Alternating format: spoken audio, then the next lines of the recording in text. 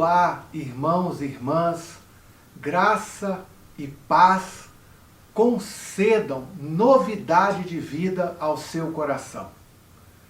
Nas histórias que o Evangelho de Mateus conta, muita gente experimenta vida nova a partir do seu encontro com Jesus. Essas histórias foram registradas para que pudéssemos conhecer a Jesus, o seu poder e a sua obra. Jesus começou o seu ministério na região conhecida, chamada como Galileia, no norte da Palestina, proclamando o Evangelho, a boa notícia da chegada do reino de Deus, dizendo que a graça e as bênçãos de Deus estão acessíveis, ao alcance, tangíveis, e chamando as pessoas ao arrependimento. Isto é, oferecendo a possibilidade de viver agora, já no presente, uma vida nova. Associado, conectado à proclamação da chegada do reino de Deus na história, Jesus curou muita gente de muitas enfermidades diferentes e libertou as pessoas que viviam atormentadas e dominadas por espíritos malignos. Isto é maravilhoso, irmãos e irmãs. E esse ministério começou a atrair multidões, muita gente das regiões vizinhas, que vinham até Jesus para ver e experimentar a obra que realizava.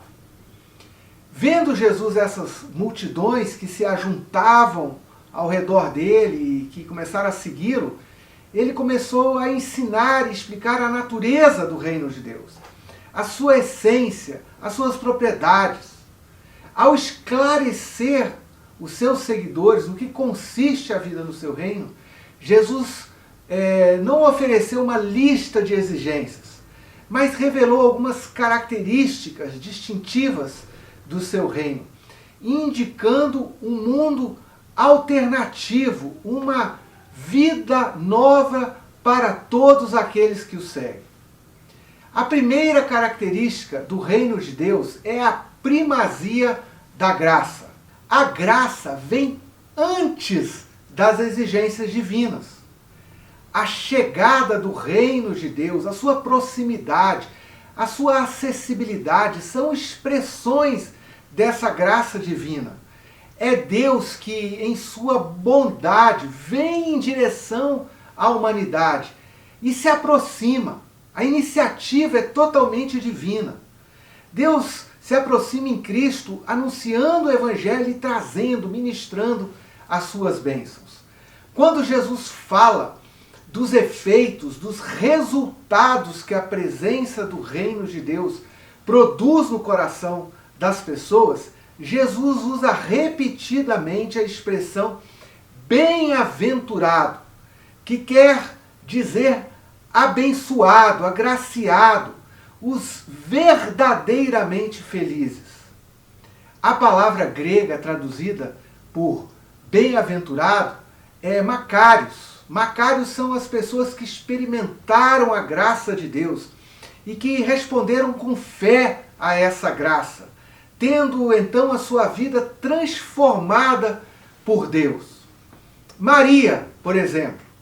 Maria, depois de ser avisada pelo anjo que ficaria grávida e que daria à luz a Jesus, o Salvador, decide visitar a sua parente Isabel, que declara para Maria que ela era Macários, ou seja, feliz, abençoada, porque havia crido e se disposto a servir ao Senhor com a sua vida. Pedro também é declarado Macários, quando respondeu à pergunta de Jesus sobre quem os discípulos achavam que ele era.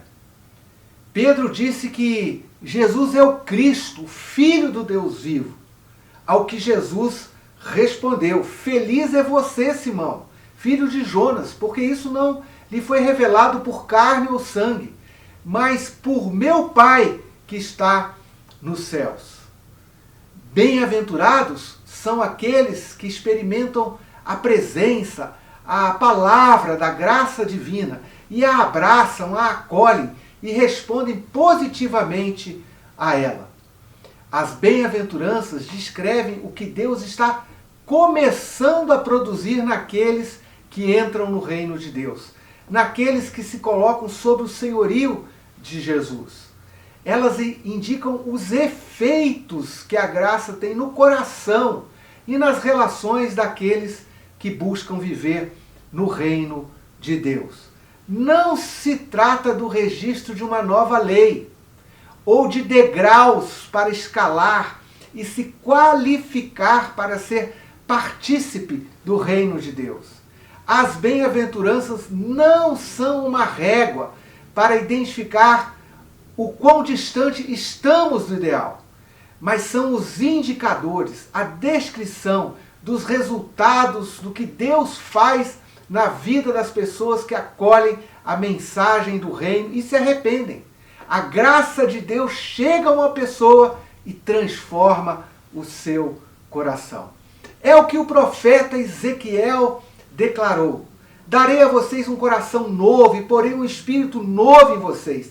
Tirarei de vocês o coração de pedra e darei um coração de carne. Porei o meu espírito em vocês e os levarei a agirem segundo os meus decretos. A segunda característica do reino de Deus é a transformação dinâmica das pessoas que confiam em Deus. Nas bem-aventuranças, Jesus indica o perfil que está moldando, esculpindo em cada discípulo, os valores e as marcas que surgirão na vida daqueles que andam com ele.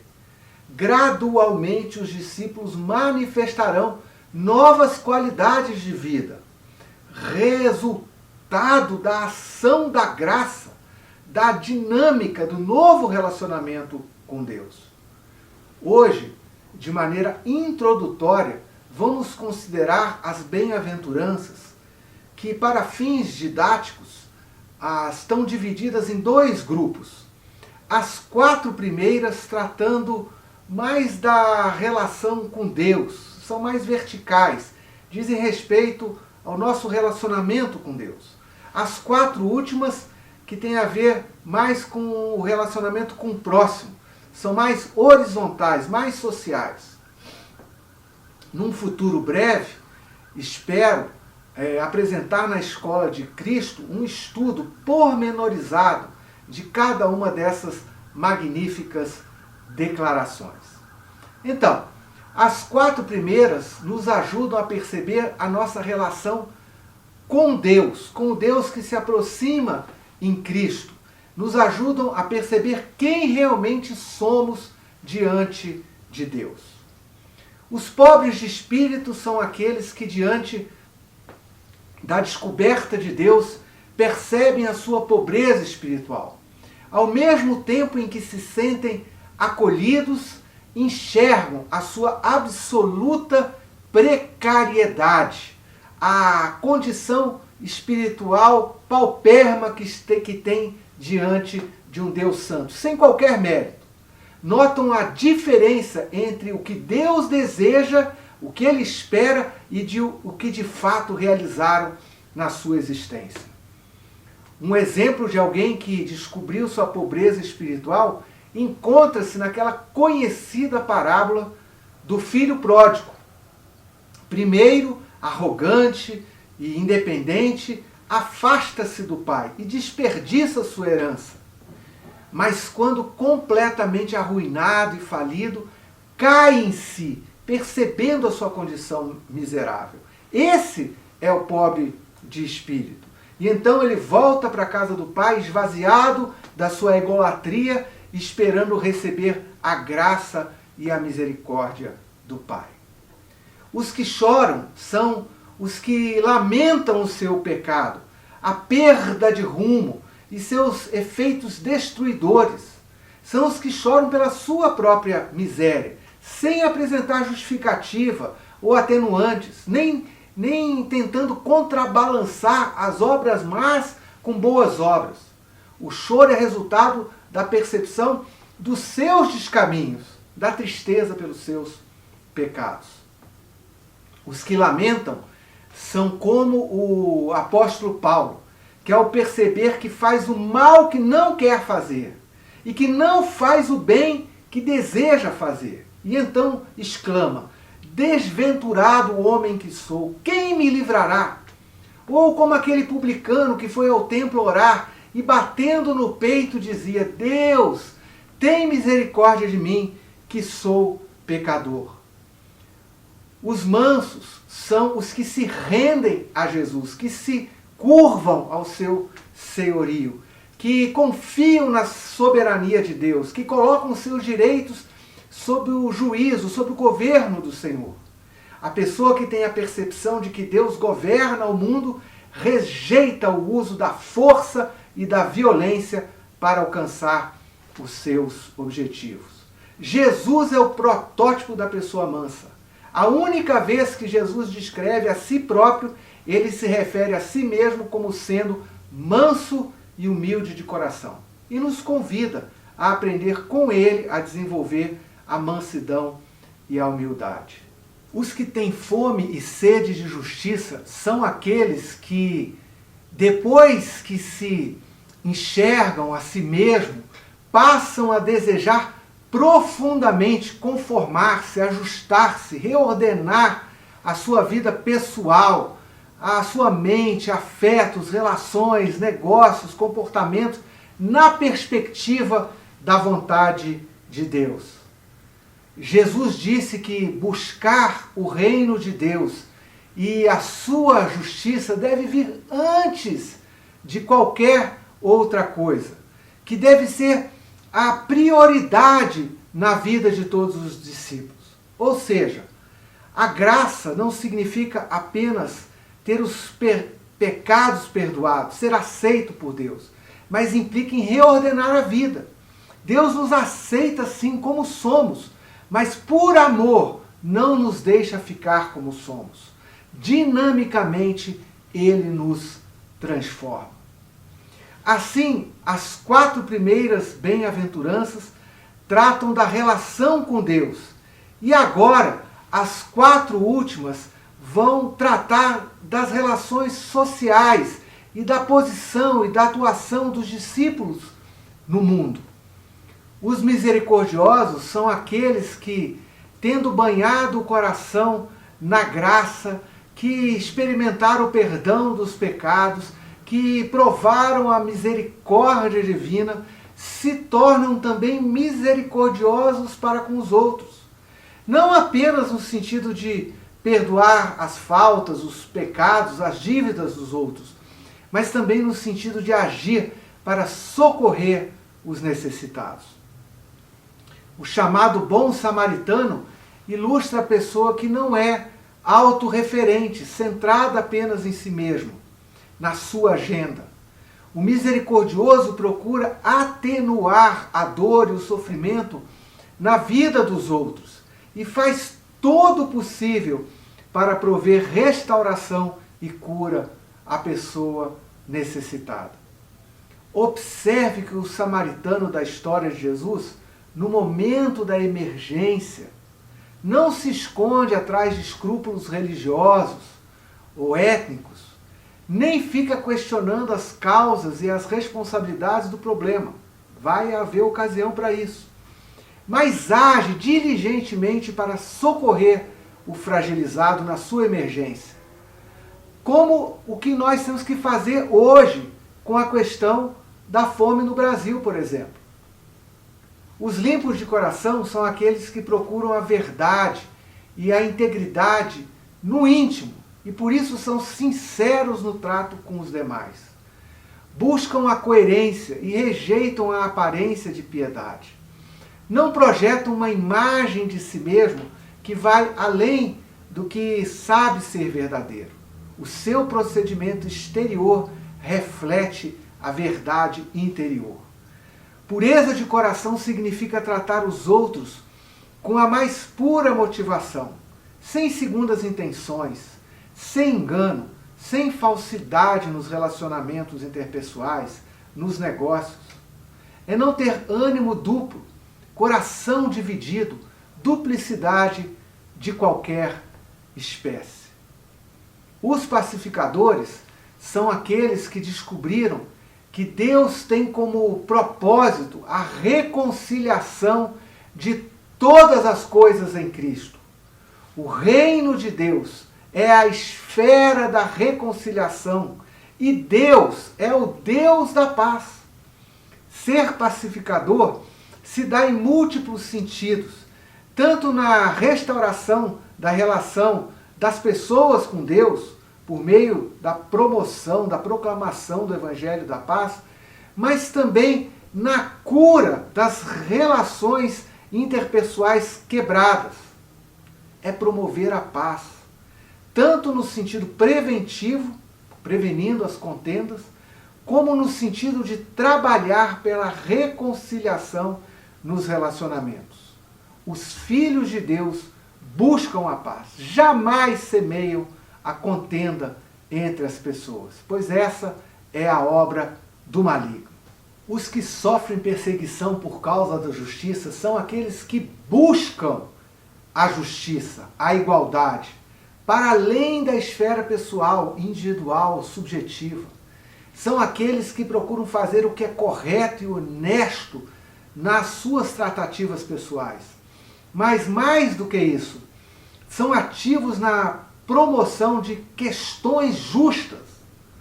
Observe que o único tema repetido no conjunto das bem-aventuranças é o tema da justiça. Primeiro na esfera pessoal, agora na esfera social coletiva. E a única bem-aventurança duplicada é a dos perseguidos por causa do compromisso com a justiça, com Jesus, com as questões, os temas do reino de Deus que defendem. Ao procurar a justiça social nas relações da sociedade como um todo, nas questões econômicas, ambientais, de gênero, de raça, etc., por causa do compromisso com Jesus e com o seu reino, surge o antagonismo do sistema fundado na injustiça, na violência e na desigualdade. Porém, quando surge esse antagonismo, devemos nos alegrar e exultar, pois estamos na trilha dos profetas que anunciavam a vinda do reino de Deus. A terceira característica do reino é a profusão de bênçãos. Tanto na primeira como na última bem-aventurança, Jesus disse que o reino de Deus já é uma realidade presente, ativa na vida dos seus discípulos, em nosso mundo. Não algo para um futuro longínquo. O reino de Deus já chegou, já percebemos a sua atuação em nosso mundo. O reino de Deus já atua naqueles que reconheceram a sua pobreza espiritual e se comprometeram com a justiça, com as causas do reino de Deus dentro dessa história. Por isso, já experimentamos toda sorte de bênção espiritual em Cristo, agora. E já desfrutamos dos poderes do reino vindouro no presente. Mas quando o reino de Deus for estabelecido na sua plenitude, quando a glória do Senhor for vista em toda a terra, as bênçãos do reino também serão plenas, completas na vida de todos os discípulos de Jesus. Quando o reino for estabelecido em toda a sua glória, na sua totalidade, haverá pleno consolo, recepção de toda a herança prometida, abundância e saciedade completa, a sensação da plena misericórdia, a visão mais maravilhosa de todas, a visão de Deus em seu trono e a identificação, a nossa identificação final como filhos de Deus. Amo revisitar as bem-aventuranças, pois foi por meio desse texto que Deus revelou para mim o Evangelho do Reino. Foi lendo e estudando as bem-aventuranças que o reino de Deus se tornou pessoal para mim, que a mensagem de Jesus se internalizou no meu coração. Mesmo eu tendo sido criado desde pequeno numa igreja evangélica. E agora, Durante a minha caminhada como discípulo de Jesus, muitas vezes sou abençoado com a releitura desse texto e encontro nele renovo e novas direções para a minha vida. Experimentar as bem-aventuranças é para todos os que creem, pois aquele que começou a boa obra no coração dos que receberam a Jesus como Senhor, ele vai completar essa boa obra até o dia de Cristo. A minha oração é que o Senhor abençoe e guarde a você e seus queridos, e que conceda a cada um o ingresso no seu reino, que já está presente, que é acessível. Reino onde a graça opera, reino que transforma a nossa vida, reino que nos enche com as suas bênçãos. E eu desejo então que você tenha uma abençoada semana e até o nosso próximo encontro.